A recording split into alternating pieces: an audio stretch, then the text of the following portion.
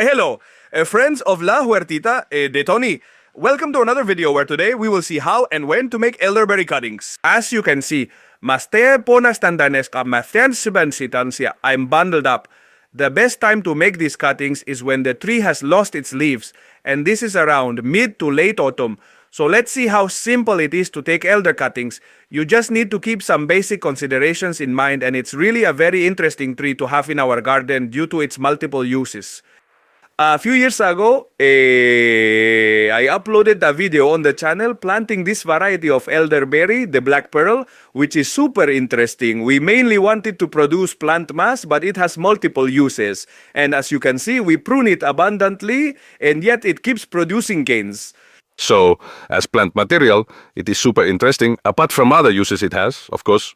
Once we know the right time, we will choose the best rods or stakes for reproduction. This one, although it would reproduce being so thin, is better to leave it. We would go for this type of rod about the thickness of a finger. We could take it, and what interests us is that it has at least 3 to 5 buds. So we cut and then we'll take care of getting several rods. See? Fairly long branch, we'll get several from here. We take another one. In truth, with these two cuttings we've taken, it would be more than enough to reproduce the elderberry. Although, as you know, the more chances we have, the greater success we will achieve with our cuttings. Besides, it's really a tree I want to propagate a lot to place them in the edible forest. This branch here is quite thick, it will be less interesting. Even so, I will prune it so that it regrows strongly in the spring. So I take the opportunity to do a little pruning. Come on, let's prepare a branch. As you can see, it doesn't fit in the camera. That's all. Let's take advantage and make several cuttings. First, Monian, we are going to cut the lower part at the baffle, more or less 1 centimeter or 2 fingers from the first bud. And we count at least, depending on the branch you have, 3 buds. Okay. Ideally 3, 4 or 5 buds. I'm going to leave up to 4 buds because otherwise the cutting gets too long, but this one would be ready. This one, as I already mentioned, is thinner and won't be worth it, because even though it can be used for cuttings, we really have better sticks to use. So that's it. I think we have quite a few stakes. You really don't need that many. As I said, I'm taking advantage of making the video because I want to make elderberry cuttings to plant. Ahora the minimum, no, they should have 3 to 5 buds and they end at least a length of 30 centimeters. Now, very important, we need a container that allows us to bury at least 2 buds. This one here and this one here. As you can see, we have them buried. So we need a container. It doesn't have to be a pot. You can use a recycled bottle if you want, but at least 2 buds should fit. I'm going to find another one. I'm going to show you 2 methods that really work well for me. The first thing we do is place the cuttings. We check that they are well buried. In that first method, we separate them a little. I will put 2 for each method, is with sand, river sand, beach sand, construction sand. Any type of sand will work for us.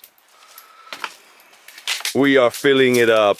This one, as you can see, I have reused quite a bit.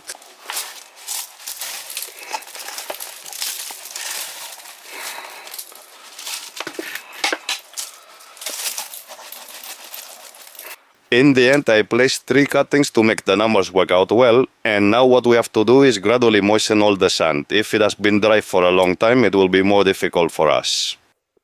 I have also placed it down here, okay? So that as the water comes out from below, we know everything is already moistened. We add water little by little.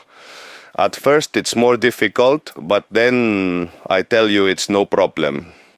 We keep adding water little by little. If you notice, the water hasn't come out from the bottom yet. If you notice, the water is starting to come out from below now, so we can stop watering. Well, the next system, the one we have used many times, is a substrate. Ideally, it should be a substrate that is not excessively fertilized. I already told you in another video that the more difficulties plants have, the better they will root. I'll leave Aitana Sina a video here with 7 tips for making cuttings that really work best for me. I'll take the opportunity to tell you about the classic way of making cuttings for greater production. We simply have a fairly deep ground, and what we do is bury the stakes, okay?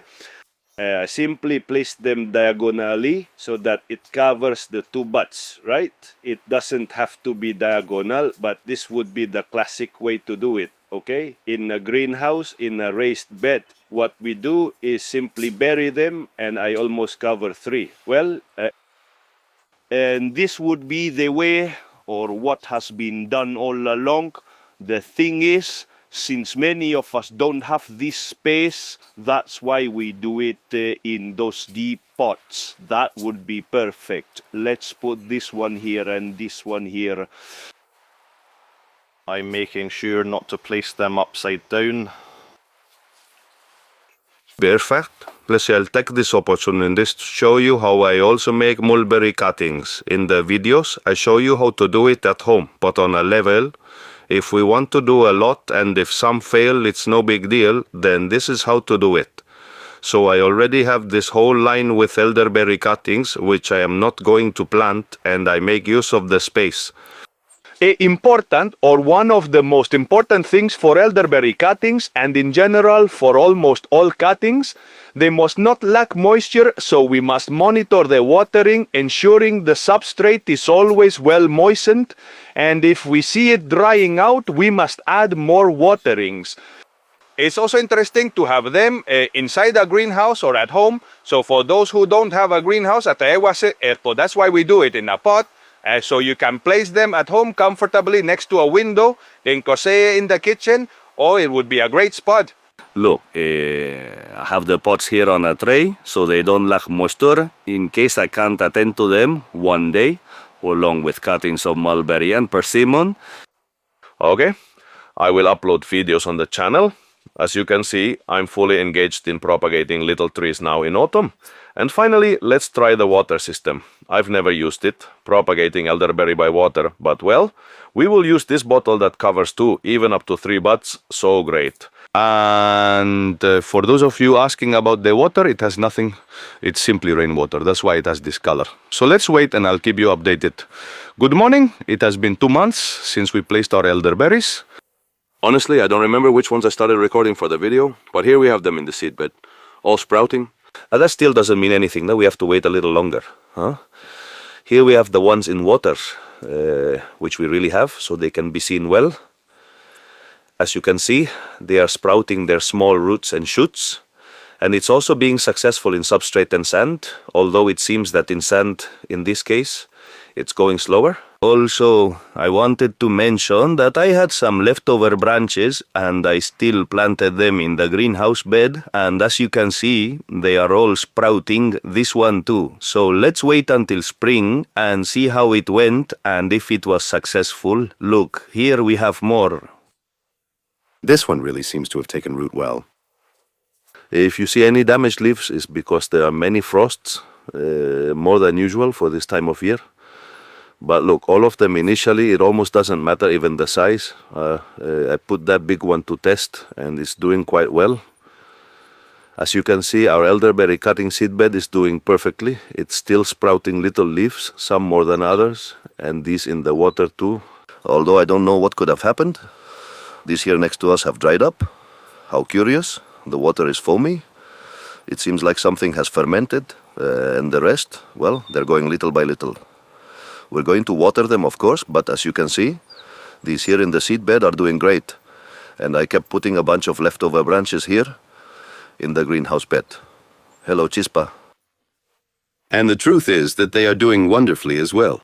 I mean, the elder is a tree or shrub that reproduces quite well. We are already in spring and we have many things to talk about regarding mistakes made when making elder cuttings.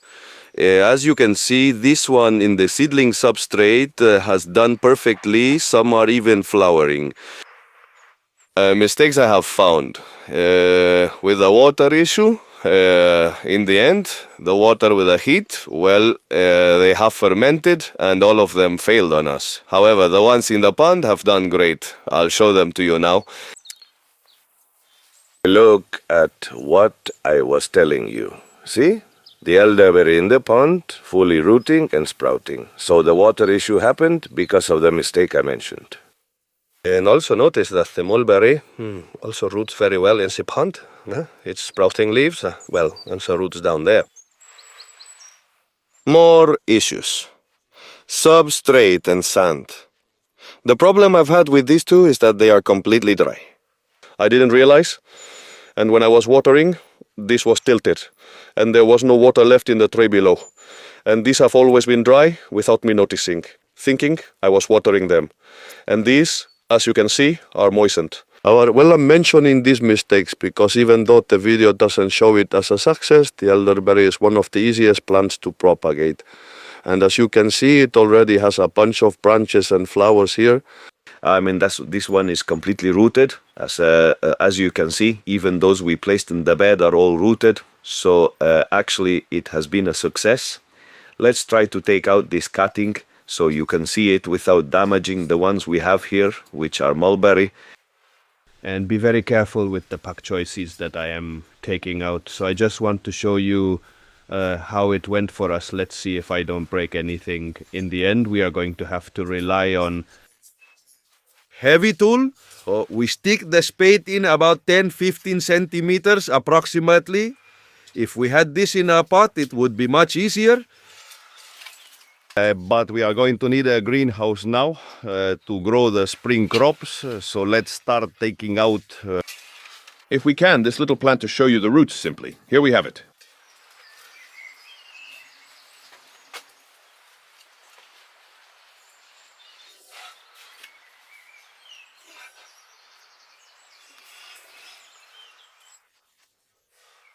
After a few months, just leaving it planted and monitoring the watering, we already have a new elderberry plant. The truth is, it's a great plant for the garden. I'll leave a link here with all the benefits this plant has for growing in our garden.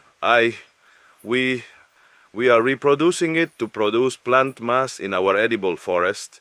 We will plant it among the rest of the fruit trees in such a way that we will continuously prune this little tree to obtain plant mass, to get organic remains, to mulch our forest, and thus produce organic matter.